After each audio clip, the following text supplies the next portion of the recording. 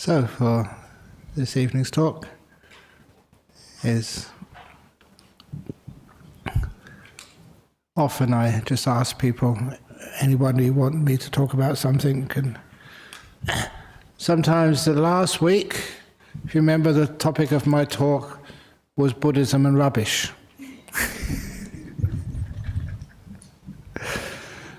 In other words, we can use these amazing teachings actually to almost with anything in this life. But what comes to my mind now, I don't know why, but we talked about it a couple of times, is Buddhism and Valentine's Day. Buddhism and love. Is that a good topic for tonight? Yes. Wait and see. So, why don't monks get married? Do you know why? It's a wonderful thing that you can have a choice. My own life, when I was a student and just working as a teacher, you had girlfriends. Well, only one at a time. It's enough, you can't afford too much. But there came to a time in my own life that I just finished with one girlfriend, and there was an opportunity. I was only 23 at the time, had enough qualifications, and I thought, I'm just going to address my spiritual life for a couple of years. Because one of the nice things about Buddhism, you could become a monk or a nun temporarily, just for a short while and just see how it is. There's a couple of people here who were monks before, this one I know. I won't look at him because otherwise he might get embarrassed. He's a really good friend, a long time ago. But anyway, you can become a monk for a short period of time. And I must say this, that many people who were monks before, and they get a bit of training of being a monk, they really do make excellent husbands. Yeah, that's true? Yeah, they're saying it's true. So often, the wife has come to me after, oh, thank you for training my guy. They train them both in the monastery for a while, and they become really, really good quality men afterwards. Because you can understand why. Just being a monk, you just have the opportunity, you're not trying to prove yourself physically, but you're trying to understand your emotions. And a lot of times, just guys don't have that opportunity to actually really understand just how they feel and how they think. And it was just one of those stories which I often mention to you. The real sort of love, not the Valentine's Day love, but that story which my father said, it's an old story, but it keeps coming up in my life. The story of when my father took me aside as I was about 13 or 14 years of age. And he was physically or materially very poor. I still remember just somebody coming into the house and they took away this gramophone player which my father hadn't been able to pay the installments on, and just take it away again. A bit embarrassing. But nevertheless, that's like a music player.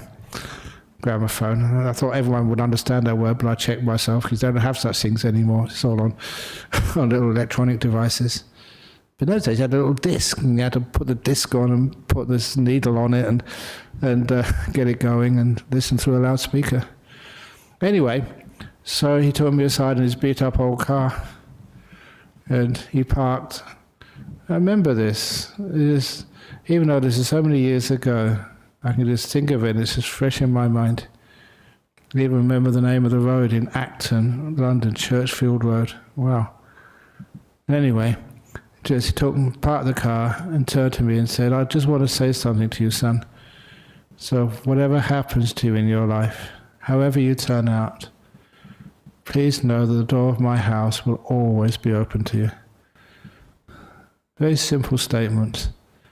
But it meant a lot to me. And I don't know why. I was a young 14-year-old boy. my emotions were not really developed at all, and I didn't understand them. But I knew that was important, and of course, later on, it took all that time, and going to university and studying theoretical physics didn't help at all, understanding your emotions. You could understand quantum theory and photons and stuff, but your emotions, they were still like dark matter. You knew they were there, but you didn't understand how they worked. But then later on, that you had the time as a monk. You're sitting in your hut meditating or walking meditation, and these memories have time to come up. They're important. Now you've got the time to understand them. Opening the door of your heart. And it wasn't, that's what I understood. It wasn't his house he meant. It's his way of saying, the door of my heart is open to you. No matter where you go, no matter what you ever do. And, sometimes you get these insights, and as soon as you understand what they mean, they really hit you. Wow. That was unconditional love. You could feel it at the time, even a 14-year-old, there's wonderful acceptance. I didn't have to live up to any standards at all. I didn't have to pass exams. There was no judging. There's no trying to strive and work hard to get the love of this man, your father, was important to you in life. It was just given for free. Real. And I was obviously living with him every day, and it was real, for free, and I never needed to give anything back in return. The door of my heart's open to you, forever, no matter what you ever do. And of course, once you started to understanding little insights like that, they go really deep. They may think that's just an ordinary thing, just the title of a book cover, but wow, that went so deep inside of me. Because I realized it wasn't just father's love. I'm sure I really upset him many times and disappointed him many times. But that wasn't the point. The point, there was a type of love and acceptance and care, unconditional, which was just given. And there was, I was telling the monks the other day, because every now and again somebody dies. That's how poor Ajahn, his father died just last week. So he's gone off to Sydney to look after his mum and to look after just all the stuff with funerals and stuff. So, these are important people in your life, which even in Buddhism, we say your parents, we have to really look after them. And also understanding that you look after them, but your parents were looking after you with this incredible gift. And we're talking about, because with Ajahn, he has to deal with, inheritance stuff and wills and stuff. I never had that trouble with my family. I didn't have anything. Just that attitude, because my father died, there was nothing to inherit. And so anyway, my mum then the head of the family, when she passed away, well, my brother called up, he just mentioned him, Tony, and he said, look, Mum's dead now, and said, I've looked at how much she's got in her worldly possessions. It's worth about $5,000. Do you want to get a lawyer, or shall we just split it 50-50? Well, whatever you want to do. It's not that much. That was the family's accumulated wealth. No other possession, no houses or anything, or cars or anything. So we were quite poor. But anyway, it was his heart which was opening to me, and that was one of the great things I inherited from him. His unconditional love and his example of that. And his teaching and letting me understand what it meant. And of course then, once you learn something like that, then you start giving it to yourself at first. Hey, aren't you supposed to love other people first of all? And be kind to them? You can't. You're only playing. You think you're being kind to others, but you don't know what it means. Unless you can start giving that loving kindness towards yourself. Which is, you say to yourself, and I did this many times when I was even in Thailand, it is a very hard thing to do as a young man, but you said to yourself, my name was Dhammaloka then, Brahm, whatever you ever do in your life, however you turn out, Successful, not successful. You become a good teacher or you become a terrible teacher. Whatever happens to you in your life, you end up in jail. I have ended up in jail many times, but on the right side of the bars, teaching others. However you turn out, the door of my heart is open to me. It was giving that loving kindness to oneself. And again, I never understood exactly what it would mean. But that would mean that I would just not really bother trying to be good. I wouldn't try to have nice meditation. I wouldn't bother teaching other ones or being kind to others because I didn't need it. I didn't need to prove anything. I didn't need to pass exams. I didn't need to sort of succeed. Who needs to succeed when you're just already happy? It was going on a path which I didn't understand at first, but was so beautiful. I'd open the door of my heart to myself, with all the silly, stupid things I did, with all the bad jokes which I've given you for all these years. And I just remember one of those jokes when I was thinking what to say just a few minutes ago. Because, we're very kind, but why do the monks and the nuns not get married? Monks and nuns getting married? Because I remember one of my father's jokes when he told me to come back home from work. And I remember him saying this, such an old joke. He said, "What fun does a monk have?" He said, "The answer's none."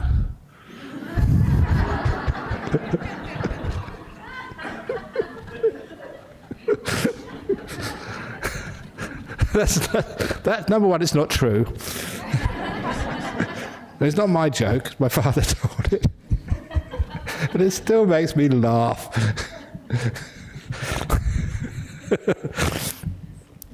It's only a joke, that's all. So number one, sometimes I tell that joke, and some people say, "Ajahn Brahm, you shouldn't tell that joke." Why not?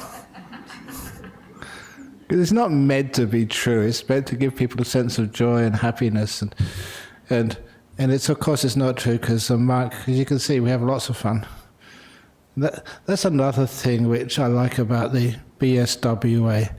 That even though I can be a very, very senior monk, but I try hard to be accessible. So you can just come and chat and have a cup of tea. And, you're not sort of surrounded by bodyguards. Where's the bodyguards? And sometimes people are like that. They get senior or famous or something, have too many bodyguards. That's why, having a birthday party on August the 7th, I don't mind that. To me, it's a sense of, personally, I'd rather just go in my cave and meditate. Honestly, that's what I love doing. But I can do that many times. On that day, it's wonderful just to be friends with all of you, crack a few jokes, spend time together, have fun. And in a good way.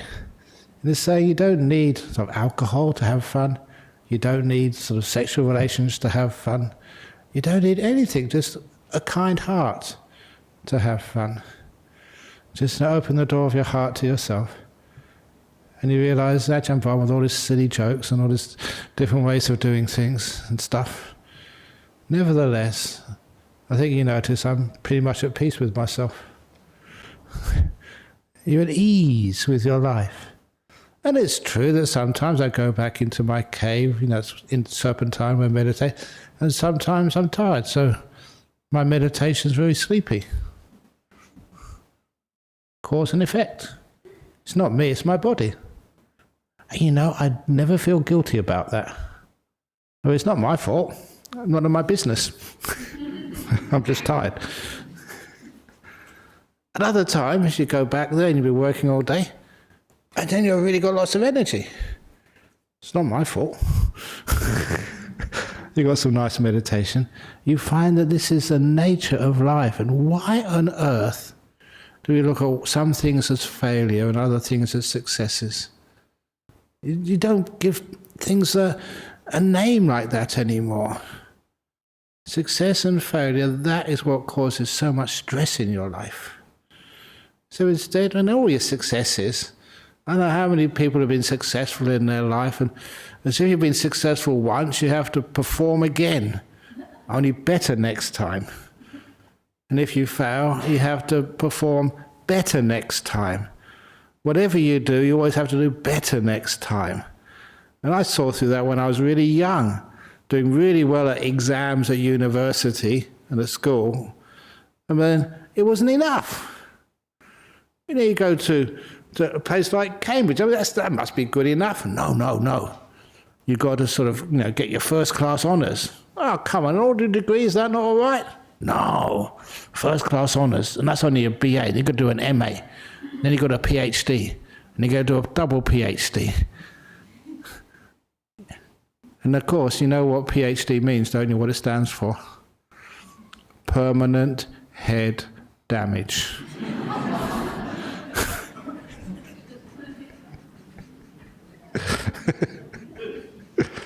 And there's a lot of truth to that. Any sort of doctors over here, PhDs, I think they understand what I'm talking about. Because, okay, so there's some really, really great sort of doctors and PhDs and professors and stuff, but a lot of times we just really bust our head trying to pass those degrees. And do we ever get really wise? But anyway, it was not so much the PhD was a problem or the MA or whatever, it was just the having to improve all the time. Nothing was ever good enough. And that was what I saw, is there's something terribly wrong in life like that. There is no kindness and love there when you're always never good enough. You always have to improve. In your work, as a daughter, as a son, you always have to do better. How much more do I have to do? I really love you, Mum and Dad, but you know that sometimes that when I do an exam, I don't feel well and I fail. Is that bad? I feel very sorry and lots of compassion for children in our school system. You know, only half of your children will be above average intelligence. That's such an obvious truth, isn't it? Only half of people can be above average intelligence. That's what average means. But do you think that's acceptable for your family? You've got 2 kids. Okay, one will be above average intelligence, one will be below average intelligence. Anything wrong with that? No, not my kids. No. Other kids, okay, but not my kids. So that's why sometimes when we love ourselves, we don't always have to be successful. And when you can accept that, embrace it, I mean really embrace it, I don't need to be successful. Wow, what a great degree of freedom that gives you. Other people might put you down, they don't know the heck who they're talking about. Being a monk, just trying to get out there into this world, you get some wonderful comments from people. Even did I tell this last week about with my, what was it? I give so many talks even during the week on Zoom or something. That was a time when I was walking with my cousin in Stoke-on-Trent. Did I say that last week? Stoke-on-Trent, similarly? No, okay, it must have been another talk somewhere.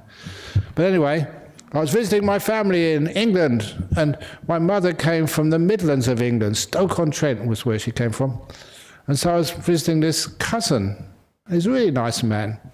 And so his wife was making lunch. Okay, women always having to do that lunch thing. But it's okay, it's fair enough. It's equal. The women do the cooking and the men do the eating. That's really unfair, isn't it? Sorry. I'll get in trouble for that. So we were going on a walk in the morning, and as I was walking down the street, it's a Sunday morning, minding my own business, having a nice chat with my cousin, and people were looking at me, and they were smiling. I didn't mind the smiles, but then they would point and laugh at me. Look at him. And I thought, wow, it's wonderful, I'm creating some happiness in a Sunday morning. But I was also a bit so surprised, why are people laughing at me? I didn't mind at all. Creating happiness is a wonderful gift to give to people. And then I suddenly found out why. We turned a corner, and there was this big sign, advertising sign, a huge one. The circus was in town. And they thought that I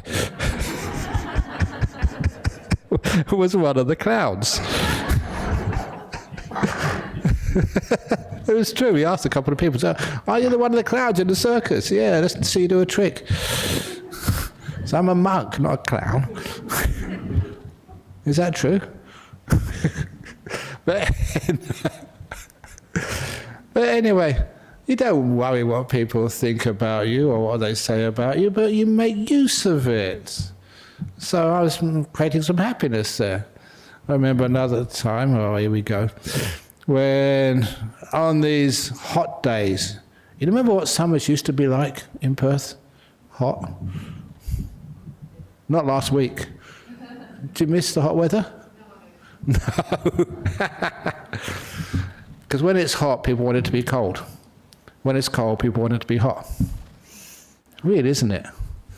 But anyway, of course, you all know the Buddhist climate control. I told you that many times before. So when it's hot, you don't need to turn on the aircon or take off clothes and stuff. When it's hot, keep a cool head. Thank you. When it's hot, keep a cool head. When it's cold, a warm heart. That's Buddhist climate control. And it's a wonderful thing. It means you don't have to just mess around with stuff on the outside. You mess around with how you react to things. That is a trick for happiness in life. But anyway, just not worrying about what people think about you or say about it, because there are all sorts of stuff about you. But anyway, many years ago when it was really, really hot, we were traveling, we had this old combi van. And the reason maybe this comes up, that the person who used to look after that combi van for us and fix it up, and once we had 2 combi vans, and just neither of them worked. So this wonderful fellow, he just took both those combi vans, cut them in half, joined them together, so we had one good combi van, which actually lasted for many years. And that fellow, his birthday was today, 93 years of age. He came to monastery. That's no Ron. So there's many birthdays today, it's wonderful. But to see him, he's still just, there's bits of doddery, but still very nice. And because he was doddery, I was very happy that when he put a donation in the box for his birthday, as people usually do, that we were about to get one of these, these automatic donation terminals. What are they called? You have your credit card, you tap it on the thing, and then you pay the money. Cashless, yeah.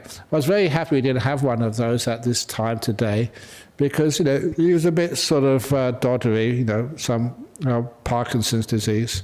And of course, you can imagine what happens if you try to make a donation and you've got Parkinson's disease. Instead of one donation, you make it many, many, many, many, many, many, many, many times. Is that exploiting? I can see it happening, though. Anyway, I'm sure they can sort that out somehow. But anyway, it's just...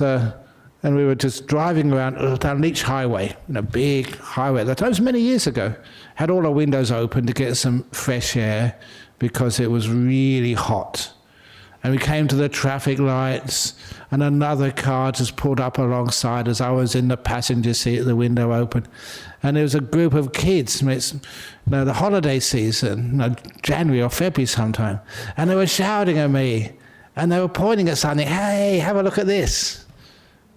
So I had a look, and you know what it was? It was a copy of Playboy magazine.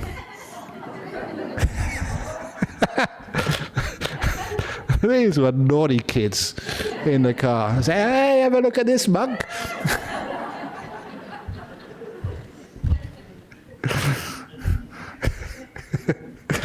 And so, did I have a look? No, I'm on it. No, my defence is no, the lights change very quickly.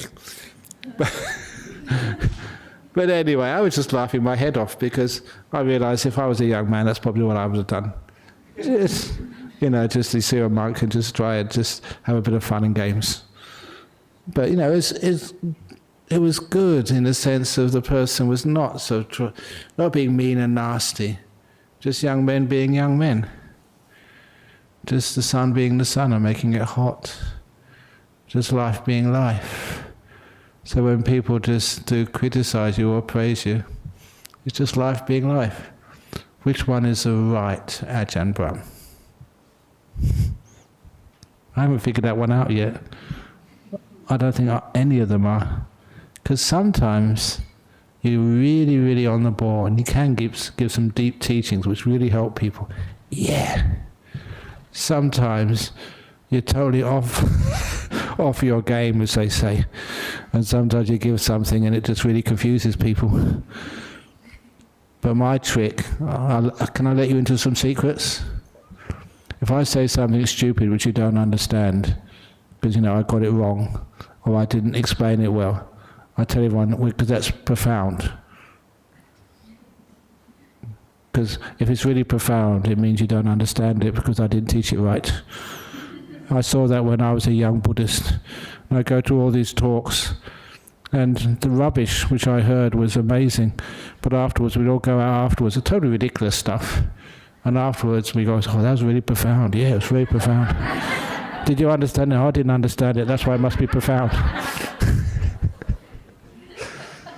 And other times, you're really on the spot and you give some really nice teaching and you all understand it. And it can be some of the most deepest of teachings. But because you all understand it, you never believe that it's deep and profound. But you know that many of the teachings you get here from the monks and the nuns, they're incredibly profound. And sometimes I listen to these and say, wow, this is really good stuff. But because you're understanding it, sometimes you don't appreciate it. Weird, isn't it? So that's one of the reasons why, just as a monk, you don't bother about what people say, good talk, bad talk, in between talk, or whatever. What's that wonderful story that I haven't told this for weeks, years, I think, the good, bad, who knows story. Do you remember that? Is this a good talk or bad talk? It's having a birthday for Ajahn Brahm, 70 years. Well, that's only 70 years. Many of you are older than that. So is it good to have a birthday at 70 years of age? I don't know. That's why it's supposed to be a secret. That's why I'm not supposed to know anything about it. But that was that story of the king and his doctor. I love this story. I think many of you may not have heard it. But it was the king and his doctor. And the king liked going hunting. That was his hobby, going hunting. It's a terrible thing to do, going hunting, but that was his hobby. So he went out hunting, and he was chasing some animal in the forest. And as he was chasing it, he lost his mindfulness and he cut his finger on a tree or something. So he called his doctor and said, look, my finger's injured. And the doctor took one look at it and just put a band-aid on it. And the king said, is it okay? Is it good? And the doctor said, Your Majesty, good, bad, who knows? And he went off riding.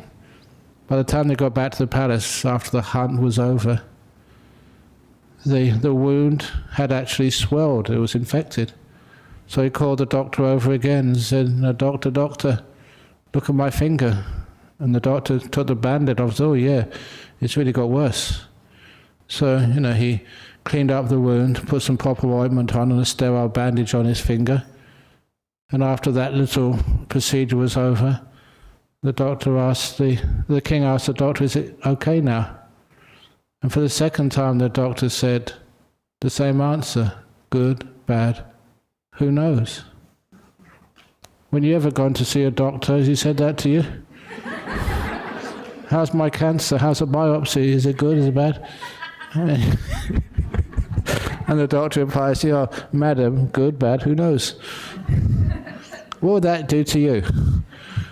Would you ask for a second opinion, or you just take it as, this is supposed to be a good doctor. He's got a PhD, so he's got permanent damage.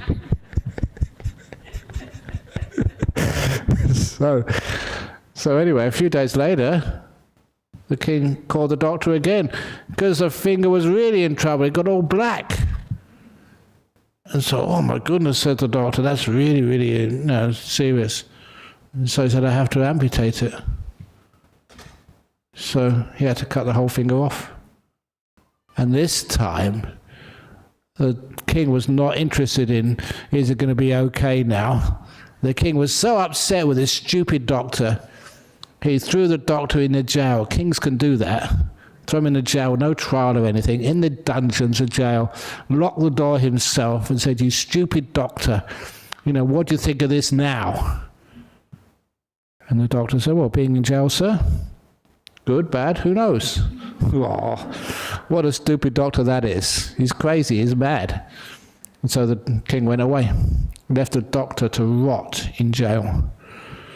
So a couple of weeks later, when the wound was healed enough, the king was out hunting again on his horse, was chasing some animal really fast, and he had the best horse in the whole group, obviously, because he was the king. The horse was faster and faster, and he lost contact with all the people around him. And he got lost in the forest. And that's what happens when you get lost. You keep on going, thinking you're going to find the way back, but you get further lost, deeper and deeper into the unknown parts of the jungle, where men of the city hardly ever go, and deep in the jungle, in the most inaccessible places of that forest, he saw the indigenous tribe, and they captured him, and they tied him up, because that day was a very special holy day of the year for the indigenous tribe. And they took him into where they lived, a special sacred clearing. They usually on that day would do an animal sacrifice to their gods in order to bring them good luck for the rest of the year. Chinese New Year only. No, not Chinese. But much more indigenous. Is that the right word? I don't know. So instead of doing an animal sacrifice, now they could do a human sacrifice. Not just any human sacrifice. They're going to sacrifice royalty. Not any royalty, a king. They're going to sacrifice a king to their God. What amazing good luck that would be. So they tied the king to the sacred post. And the priests came out to do their chanting. Oh no, I'm trying to give some...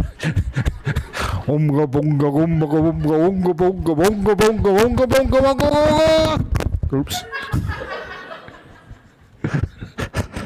And when they came to the peak of their chanting, the priest got out his sacred knife and was about to cut the king's throat. And then another priest shouted out, "Stop! Stop!" "Why?" they asked. "I've just noticed that man, he's only got 9 fingers. He's not perfect. Would you ever give like an imperfect gift as part of a great ceremony? Would ever you give like an imperfect meal to me? To eat a cup of tea with a bug floating in it? Would you? I hope not. Because sometimes you just drink it, paying no attention until you get the bug. It has happened, you know. I told you many of the things which I've eaten, but this one time that this family, they're very good supporters. I'm not venerable, but Dennis knows them very well. But anyway, one day when the early years at Bodhinyana Monastery, they had these biscuits, which they got from, I think, from Denmark. And they'd have them already buttered, prepared for us. I'd already eaten mine. Very nice, a bit of biscuit with some butter on or some cheese or something. I'd already eaten mine, it's already in my stomach. And then Ajahn Brahm, who was my senior at the time, he was about to eat his, and he said, "Hey, the butter's moving." What do you mean it's moving? Butter doesn't move. There was something in it was moving. Those biscuits had little worms in them. They're crawling on the butter. And I said, I've already eaten mine. We checked the others, they all have bugs in them as well. But I laughed. You know what life is like in northeast Thailand, so that's par for the course sometimes, I don't know. Anyway, that didn't do really any harm. It really harmed the bugs though, I suppose. Anyway, what was saying that for? Anyway, so of course you can't sort of give imperfect gifts to your priests or your gods or your monks or your nuns or whatever, so they had to let the king go. And said, well, we can't sacrifice you, that'd be very bad luck for us, and so we don't know what to do with you, but we can take you back if you want. So the indigenous people knew all the ways and the shortcuts through the forest, and they took him back to the palace close enough, and he says, the palace over there, off you go. He thanked them so he could survive. When he got back into the palace, all the other people were so happy they saw the king back again, yay! But the king said, no. I don't want any celebrations yet. I've got to say sorry to somebody, my doctor, who was still in jail. So he went down to see his doctor and told him about the episode, what had happened to him, and said, look, I was really upset that I lost my finger, and I put you in jail for that. I thought it was a very bad thing which happened to me. So I'm sorry for putting you in jail. I did the bad thing, said the king. And the doctor looked at the king and said, Your Majesty, weren't you listening at all?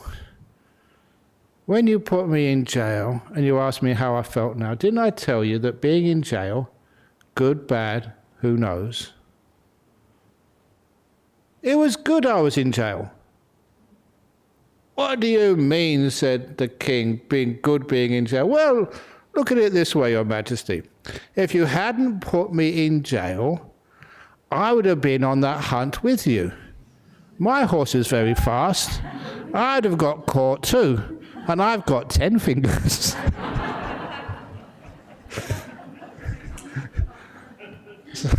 So when you look at what happens to you in life, what people say about you, what occurs in your life, I often like that little saying. Is it good? Bad? Who knows?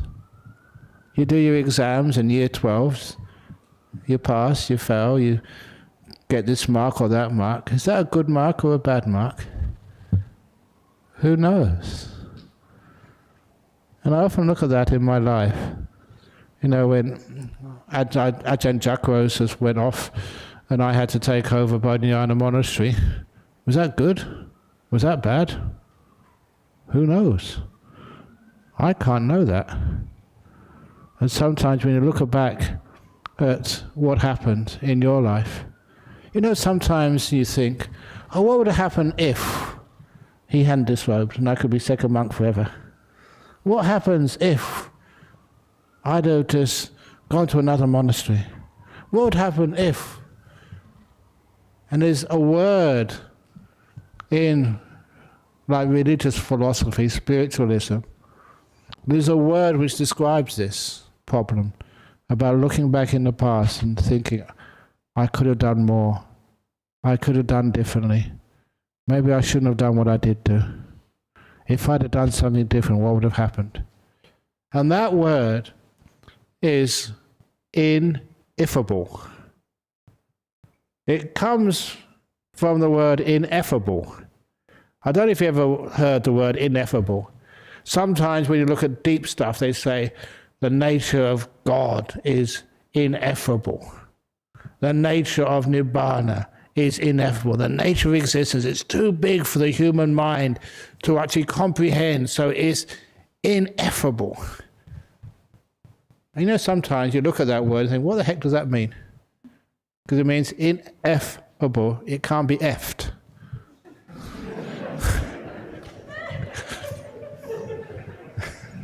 So when you analyze it like that, you think, hey, that's ridiculous. So I took that stupid word and made it useful. I call it ineffable. In other words, it can't be ifed. I can't if my past. If I'd have done something else. If I'd have, fallen in love with that girlfriend. If, I'd got married. If I hadn't been a monk. If I hadn't come to Thailand. If I hadn't done this. That's such a waste of time. Who knows what would have happened? The point is, here I am, a monk, 69 years of age, giving a talk to you all. This is my reality. Not if I'd have done something else for my mum. If I'd have done something else for my kid. If I'd have done something else for the world. If. The past is ineffable. Good, bad, who knows? So here you are. We make the best of this. We enjoy this moment. And there we learn a lot about how to love this moment. Why is it that when people say fall in love, why they fall out of love? It's a wonderful thing being a monk, because it's like, you're standing outside of all of this. Like, you're one of these researchers who's not part of the tribe, but can actually look at the tribe from outside. Who can actually stand on the mountain so you can see all the plains outside. You're not part of it, but you can understand it. So, when you understand that so often relationships finish because we find fault with our partner. We come together because we appreciate all the good things. The old two bad bricks in the wall story. I'll do it very quickly because I say too many of the same stories in the same talk every week. But that was building the first wall over in Bodhinyana Monastery. Had to do that because we were poor. We couldn't afford to build them. They were really cheap in those days, but still couldn't afford them. We had to be in debt even buying bricks. But anyway, so I put my hand up. Just when you go to good universities, you're just so arrogant. You think you can do anything. Well, if quantum theory, you can master quantum theory, surely you can master brickwork. That's the arrogance of a young man. But anyway, so it's much harder than quantum theory, laying bricks. He's getting them straight. That was the hard part. I should have remembered, like Albert Einstein, the universe is curved, Ajahn Brahm. You can't get them straight. But anyway, you tried your best to make them straight. And of course, what I never understood was how I'd missed these two bricks. Two bricks were really crooked. And I didn't see them until the cement was so hard, I couldn't take the cement out, and I couldn't get those bricks to be straight, and I did ask Ajahn Jacko at the time, my boss at the time, I actually asked him, can we get some dynamite? You know what for? Blow up the wall and start again. No, we can't. Even just one of the old members, saw him last week, Cameron, he was an explosive expert, and he did some more other explosions for us, in those early days. It's really nice seeing old friends. Anyway, no, you can't do that. So I was stuck with this wall. And I wanted to destroy it because of two small bad bricks. Until someone came along and they told me, that's a beautiful wall. You just try to say that to make me happy? You're blind. Can't you see the two bad bricks? And of course, the ending to the story. That's when they said to me, yes, we can see the two bad bricks. We can also see the 998 perfect bricks. And that just, as I often said, that hit me like a brick. That was amazing that I could realize, why was it I was so focused on the faults? So focused on what was missing. So focused on what I'd lost. So focused on the negative rather than focused on what I had. 998 perfect bricks. It was a good wall. Why is it your partner, you can see a couple of faults in them? It's only a couple of faults. They're good enough. Instead of seeing a couple of faults in your partner and asking for a divorce, how about seeing the a dozen faults in yourself and realize it's amazing they're putting up with you.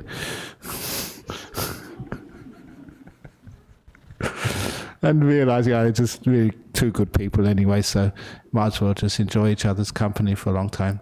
But when you actually see the beautiful stuff, that's like when we can open the door of our heart to ourselves. As I opened the door of my heart to that wall. It didn't need to be perfect. That was a great insight. You don't need to be perfect to be enlightened, to be happy. You don't need to be perfect to know love. You don't need to live up to some, I don't know who set this standard, wanting to be perfect, wanting to be always there. You can't be unhappy, you can't be depressed, you can't have a bad day, you can't say the wrong things, you can't do this, you can't do that. There's so many things they say you can't do. Who said it? Over here. Say, no, you be you. You don't have to be the most intelligent 50%. You can be the worst 50%. As long as you're at peace with yourself. When you learn how to open the door of your heart to yourself and be relaxed, who you are, of course then you can know how to love others. But I always say to people, why is it that, to people say, oh, you can have a Valentine's Day, just fall in love with one person. Why not fall in love with the whole world? With everybody. So for me, Valentine's Day is not just with one or two people, but with yourself and the whole universe. To open the door of your heart to everything. Even stupid stuff. So what you do is say like a Mr. Trump, or people who do some really stupid things in this world. Do you love little kids when they're playing in the playground, doing really stupid things? They're just kids, that's all. Just little children playing. They will learn. They'll grow up one day. But you don't hate them. You give loving kindness instead. And that is powerful. Changes everything. So anyway, I think I've said enough now. Oh yeah, oh no, just one more last thing. What was that? Okay. It was the story of this man. And he asked his wife, about this time, 2 days before Valentine's Day. He said to his wife, sort of, we've been married about 5 or 6 years now. I love you very much, but, when we got married, things were tough, but now we're pretty comfortable. I want to buy you a Valentine's Day gift. What would you like? And she replied to her husband, said, oh, I don't need that Valentine's Day gift. Just having your love is enough for me. We've been married long enough to know that that's not what she meant. No, he said, no, I want to get you something nice and expensive. What would you like? And she looked at him. She knew his business was going well. So she said, okay, something with diamonds in. Diamonds. Anything with diamonds in. Sure, that's what you want, darling? Yeah, something with diamonds in. Okay. He never said what. And so when it came to Valentine's Day, they went out for dinner, and he took out the present for her. A little box about this size. And she was just bursting with love and with joy. Oh, my husband's actually done it. He's got me a beautiful Valentine's Day gift. And she was just almost crying as she was opening the present, beautifully wrapped. And when she opened it, she actually found, you know what the present was? It was a pack of playing cards. It had 13 diamonds in it.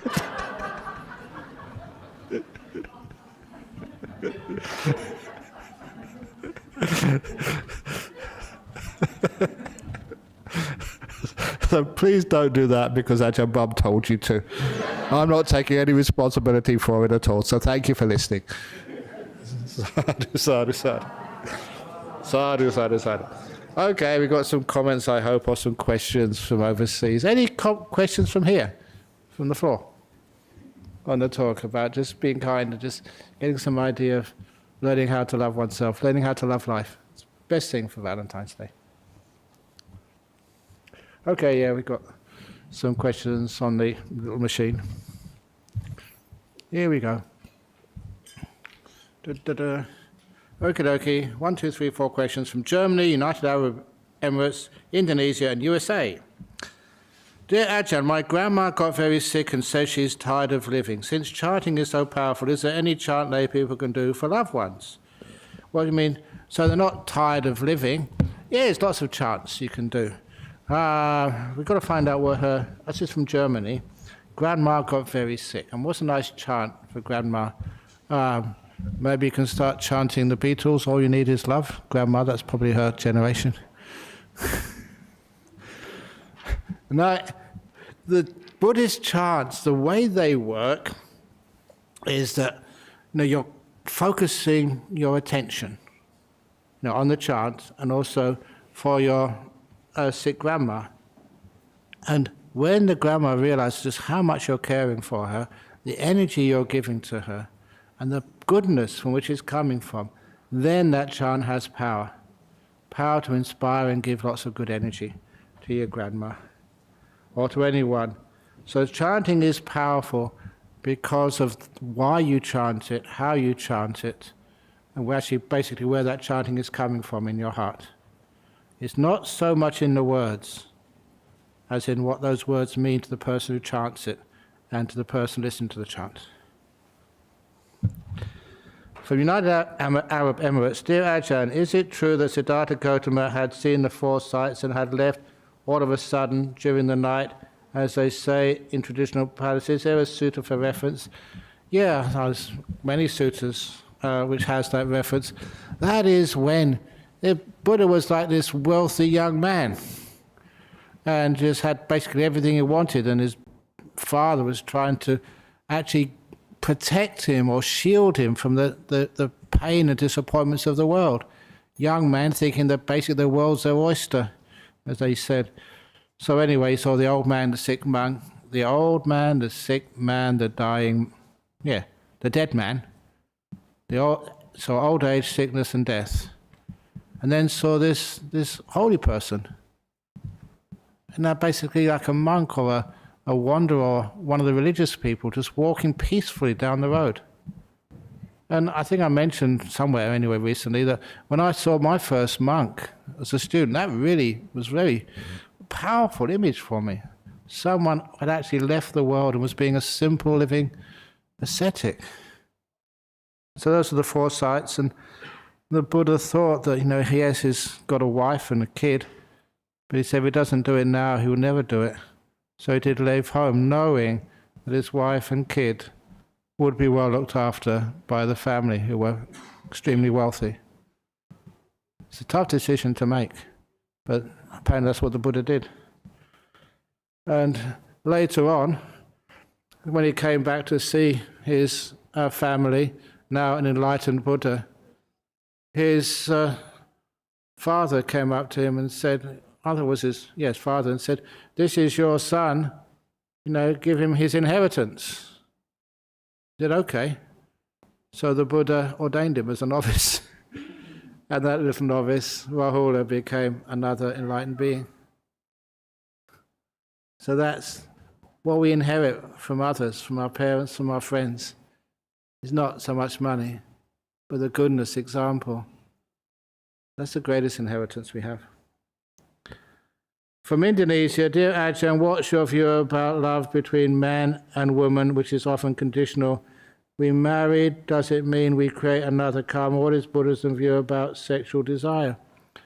Sometimes that sexual desire is very much to do with the hormonal desires. It's just basically what your body's senses tell you to do.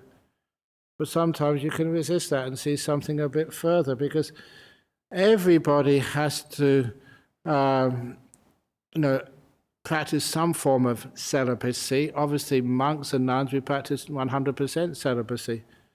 If you're married or have a boyfriend, girlfriend or something, then you still have to practice some celibacy, because you've already got a partner. You see someone else you really, really, really like, who sexually arouses you, you still say no to them. Because, your marriage, your relationship you have to this one person is really important to you. So we all have a certain resistance. We always have to practice some resistance to sexual desire. Otherwise, you'll find that it creates more problems than happiness in this world. And so because of that love between like a man and a woman, or a man, woman, whatever, that sometimes that relationship can be very hot, and sometimes we don't know exactly what it really means. It becomes a powerful force in our life, but one which is misunderstood. And that's one of the reasons why, I'm being honest here, that it'd be wonderful if like all married people can actually spend time in a monastery for a week every year or something, or a nunnery or whatever, to get a little bit of time out to understand just what their relationship means to you and how best to live it. And it's you're right sort of close on all the time, which you are in married life, it seems, always together most of the time, sometimes too close together. You can't really see what your hand is when it's right in front of your face. When it's out here somewhere, you've got some space, some distance. It does allow you to have a better relationship. And I've seen that with people. Some people, like young people, are just married, 1 year or 2 years, and one of them comes to the temple to do a retreat for 3 or 4 days. And I asked their partner afterwards, when they came back home, what were they like? So, new, improved model. Isn't it the case you have to take your car into the garage to get serviced every 6 months or something? You have to send your husband to the temple to get serviced every 6 months. Stay with your wife. Because sometimes it gives that perspective, which really helps, about what this love between a man and woman is. And of course, what I think is really beautiful, I must say this, is when you see people that they've been married a long time and they've gone past the sexual desire part of their existence, and their love is like two really good friends, really best friends, and they share so much together. You see them and they live together long enough, they trust one another. And that's a beautiful thing to see. Two really, really, really good friends. They were married years ago, they've had their children, the children have grown up, and these two people, they know each other really well. And they still sort of respect one another. Respect one another so much, they give each other space, and they understand what each other means. It's my view on life that no one is really bad or means bad things when they talk. Sometimes it's just desperation. They say stupid things which they regret afterwards. Well, we all do that. And sometimes, because we're so close together, it's very hard to say sorry. Get some space, and go back afterwards and you can say sorry. Last question from USA. Dearest Ajahn Brahm, I'm going to lose my job next week. I'm ready to move on, but of course I'm scared. I feel like I don't deserve a job I love. Please advise. Number one, good, bad, who knows? See what happens when you lose your job. And it's happened to many people. Sometimes it's the best thing which ever happened to them when they lose their job. Of course, that's what Steve Jobs said when he got the sack. The company he founded. Just he felt that was the end of the world. But then he just got himself together and started, he actually started another little company or two, which eventually got taken over by Apple, and then Apple Macintosh or whatever, and then he was back at work again. But I don't know why people are afraid to lose jobs. Why even like lockdown was scary for people. Because so many people came along and said to me before COVID time, they were just so busy, they didn't have enough time to come to temple or do their work, and they're just so busy, they were very time poor. And as soon as COVID happened, they had all the time in the world. They still complained. We want to be busy again. So sometimes we miss what we get used to. Instead, we learn how to be very adaptive different things happen. Do we adapt to it? The same as like being monks, different places, different times.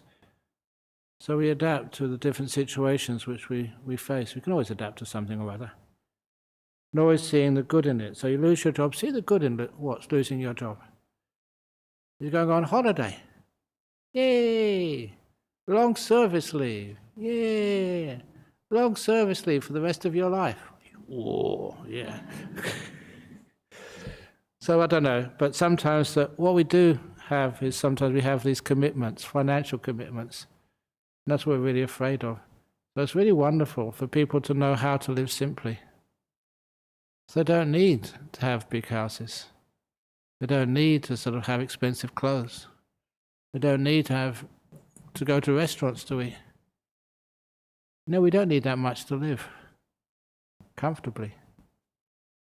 So if you learn how to live simply, then you're not so afraid of the ups and downs of the economic cycle.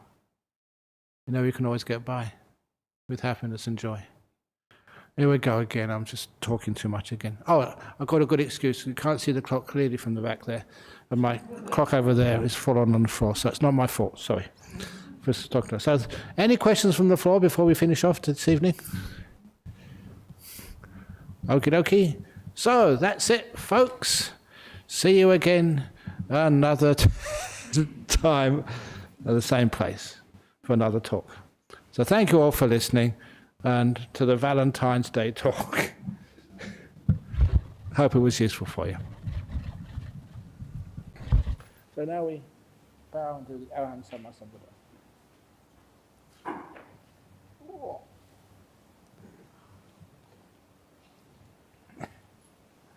Arahant Samma Sambuddho Bhagava Buddhang Bhagavantang Abhivademi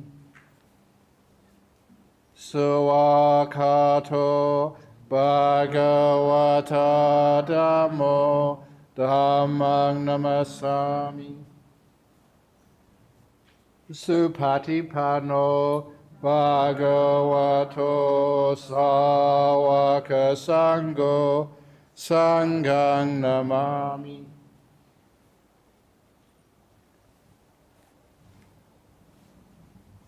Very good. You just sit down and get bowed to. See all the nice bows. Okay.